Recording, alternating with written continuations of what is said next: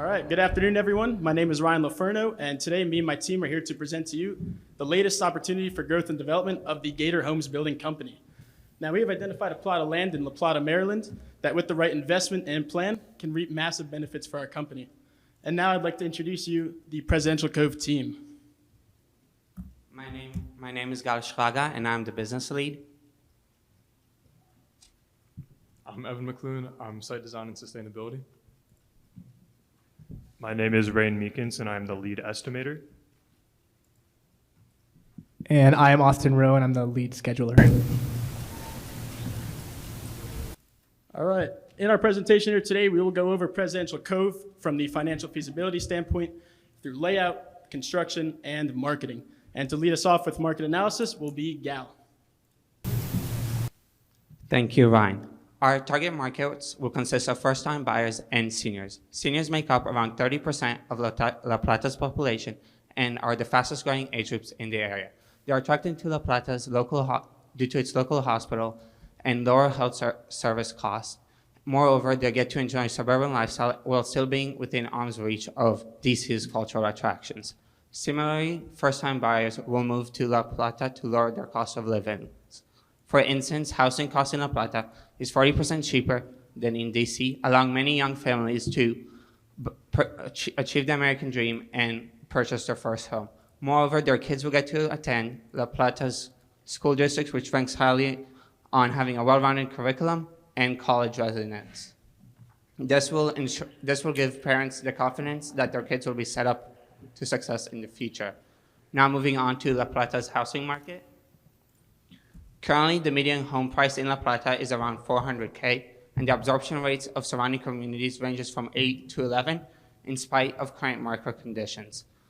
As the table illustrates, this is partially because home prices remain affordable given the household income levels.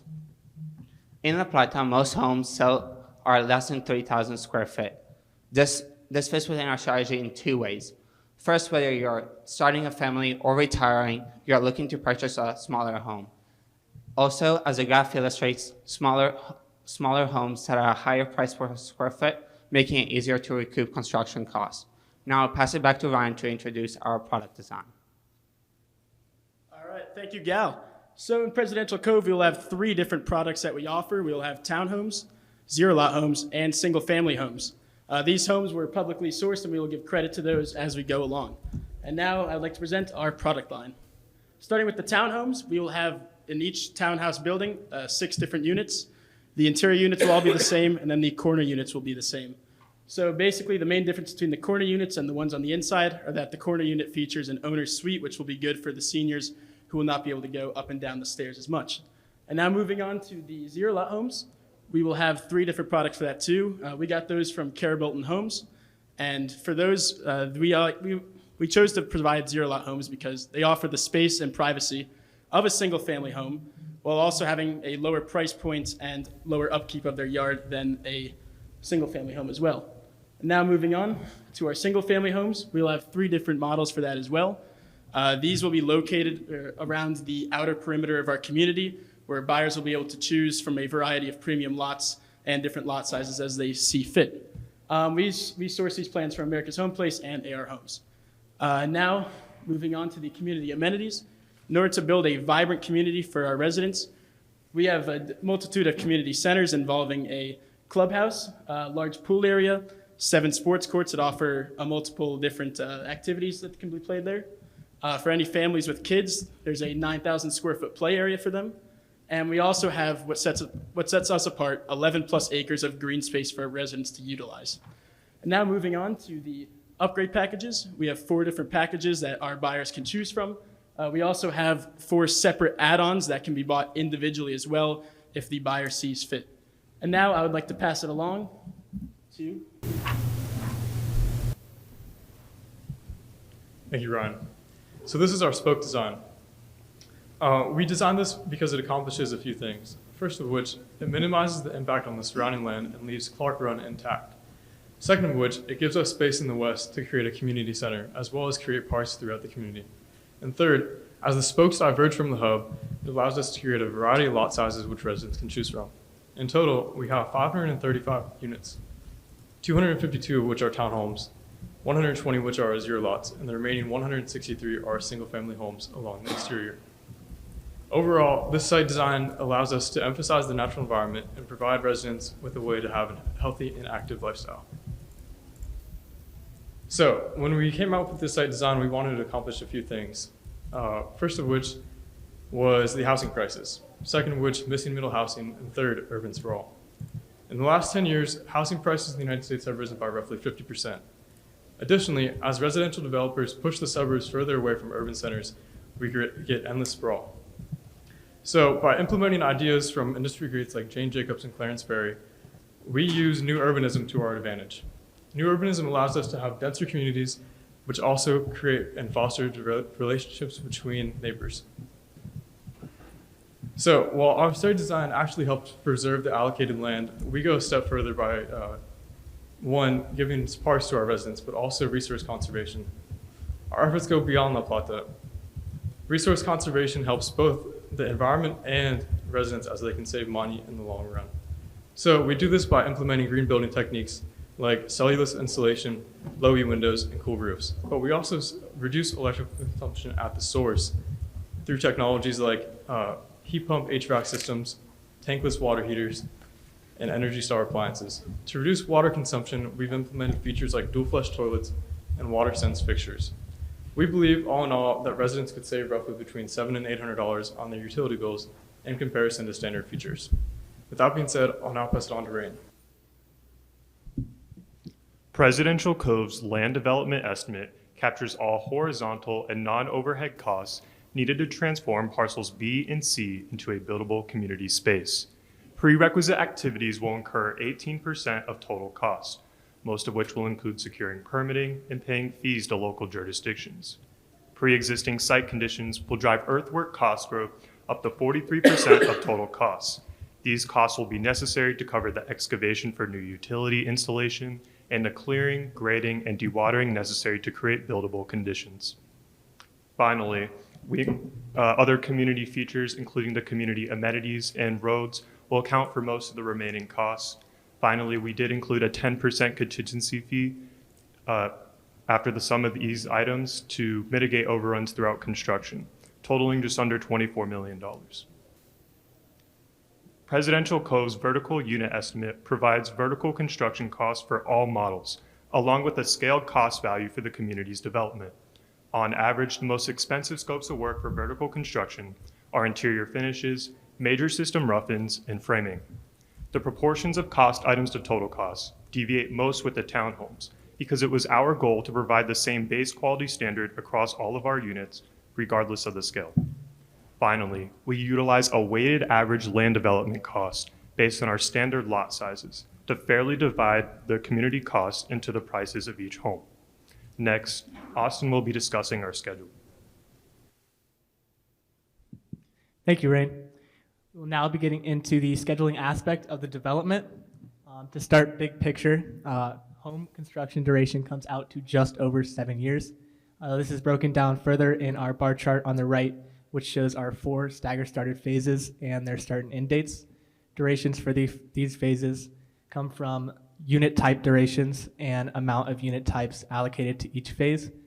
Unit type durations are further broken down in the proposal, and averages per unit type are shown in the table on the left. On the management side of things, our team is fully prepared to combat some prevalent external factors in the industry today, such as supply, labor, and weather. Our plan is to implement front-end oversight and procurement management for the supply, and then stronger labor relations and weather plans and buffer factors to mitigate weather. I'll now pass it on to Ryan to go further into our phasing plan.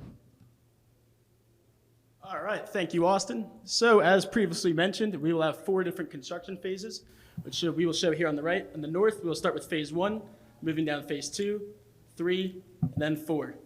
We will have 2 different construction entrances, one located on the north, which will be for phase 1, then one located in the south for phases 2 through 4.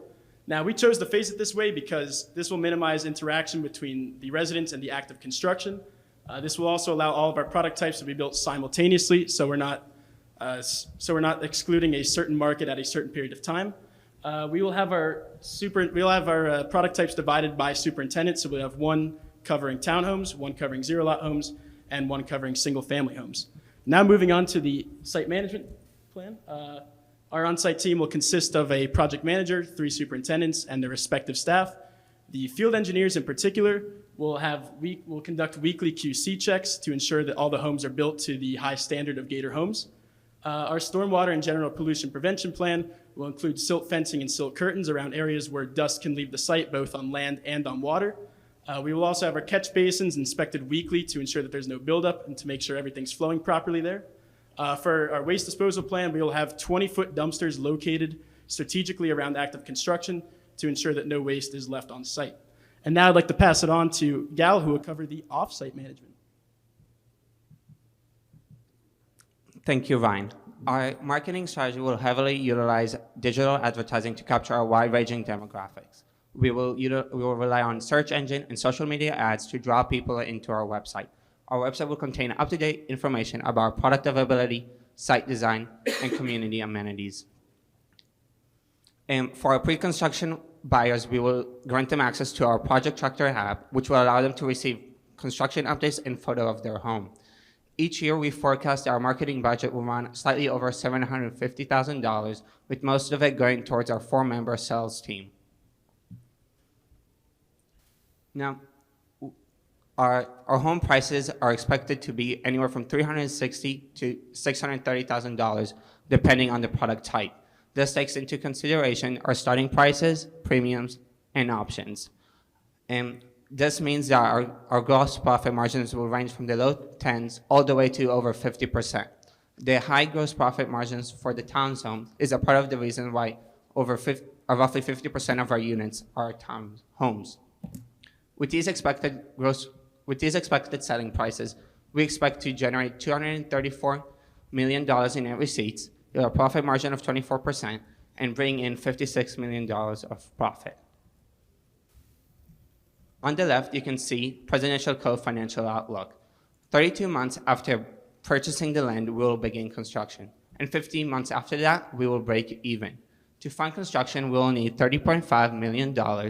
On that investment, we'll be able to generate 184% returns and an IRR of 22.5%. On the top right corner, you can see a table depicting the gross profit associated with each phase. This table will help us monitor and evaluate the performance of each phase. As can be seen in the table on the right, a small change in price, cost, or absorption rate can have a meaningful impact on Presidential Cove's profitability. Therefore, our management team will take steps to ensure the project's financial stability. Our construction team will be responsible in managing and negotiating costs down, while our sales team will be continuously monitoring home selling prices. Using their information, we'll be able to monitor and evaluate Presidential Cove's financial performance and determine if changes to our strategy are necessary. Now I'll pass it back to Ryan to conclude our presentation. All right, thank you all for listening to our presentation. We hope you choose Presidential Cove for your next investment and that we can make massive gains for our company. We have a summary slide here containing some key points that we'd like to remember, and we'd like to now open the floor to questions.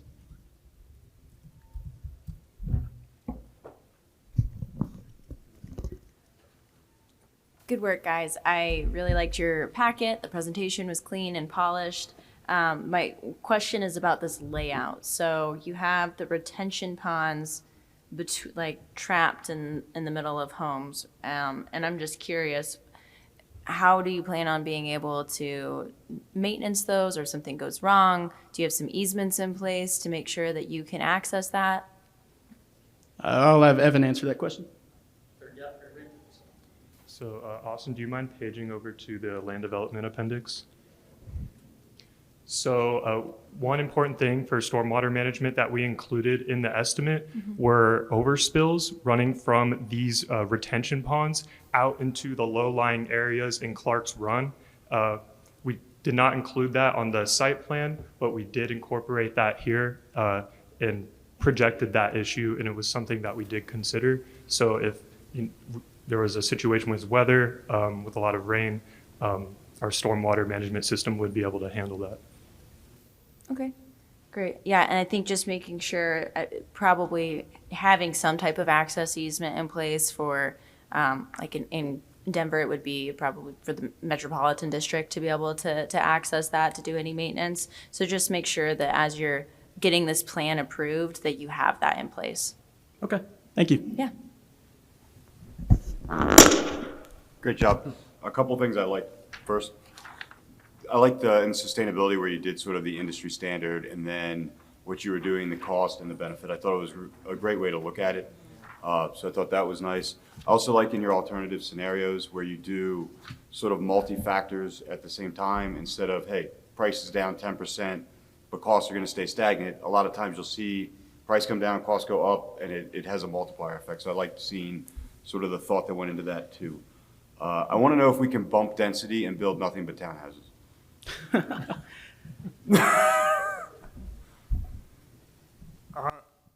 Okay, great idea. I love it. 54% margin, like, let's roll.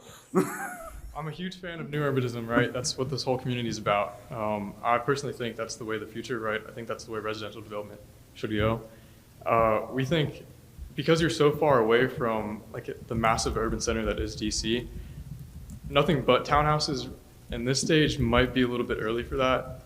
In my perfect world, we would have done something like this within maybe like a mixed use, maybe a commercial center at the hub.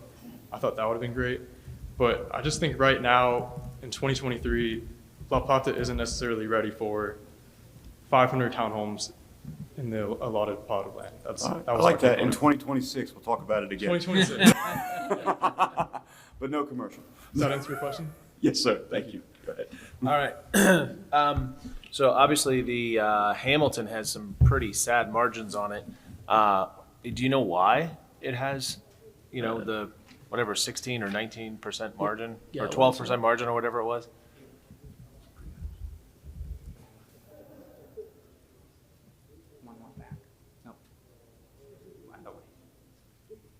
Right there. Yeah. The Yeah, Hamilton so at 12%. So, so the Hamilton, some of its features, like the number of beds and the floor plan, isn't maximizing its value as much of the isn't maximizing the space as much as the Franklin or the Revere. However, we felt it was a valuable addition to our community as a way to kind of allowing some diversity in the exterior looks of it. Mm-hmm. Also, because of its lower price point, we're also thinking that we were able to attract some of those first-time buyers, maybe able to get them and convince them to buy a single-family home, which yields you more money than just buying a zero lot. Yeah, I would say homeowners have a uncanny ability to find the worst margin home and buy a lot of them. So try to limit your exposure on that if you can, especially if you can't design your way out of it to a better margin. Okay. So just limit your exposure on that. And then as far as the site design goes, I think it's interesting. I think the new urbanism, I think it's cool. But where's the kind of the face, where's the monumentation for the community go? You have 3 different entrances, but none of them are really pronounced. Where does like the front entry monument and the introduction to this community happen? The introduction of the community would probably be more on the western entrances there. Yeah, as you can see. Off of La Plata. Yeah, because those would be like where the residents would be going in, like from the beginning. Yeah, I just keep in mind when you're doing a site design like that to beef that up a little bit. Everybody should kind of inherently know where the front of the community is. Okay. We did include multiple community entrance signs to help with and benefit that feel arriving into the community in the estimate as well for each of the community entrances. So I just wanted to throw that out. Yeah, you accounted for them, but just, where's the primary? Great work. Very polished presentation, the packet, very, organized, and the theme was great. I like the name President's Cove. I'd like to live in a neighborhood called President's Cove. I appreciate the theme. Thank you. Do have a question on cycle time, where we have our single families, 112 days. Townhomes are more than twice as long to build the single family homes. Can Can you walk me through the rationale of how we came up with not only your task, but the sequencing of the tasks?